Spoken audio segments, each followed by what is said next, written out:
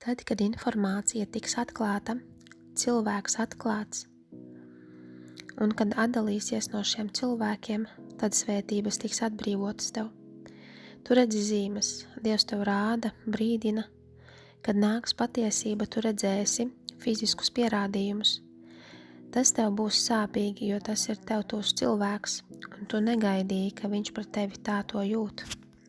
Dievs tevi sagatavo, jo tam ir jānotiek, un šis cilvēks ir jāatvieno no tavas dzīves, jo Dievs tevi sargā. Svētības jau ir gatavas, tev jāpaklausa norādēm. Tu tiec atdalīta, jo greizsirdība ir pārāk bīstama. Cilvēkiem, kam ir greizsirdība, tie nevar tev tuvu atrasties, jo labvēlība, kas pār tavu dzīvi, tā ir tuvu. Tu nevari būt ap cilvēkiem, kuri tur aizvainojumu uz tevi. Tie tev kaitēs, iztukšos tevi. Tu tagad esi informēta.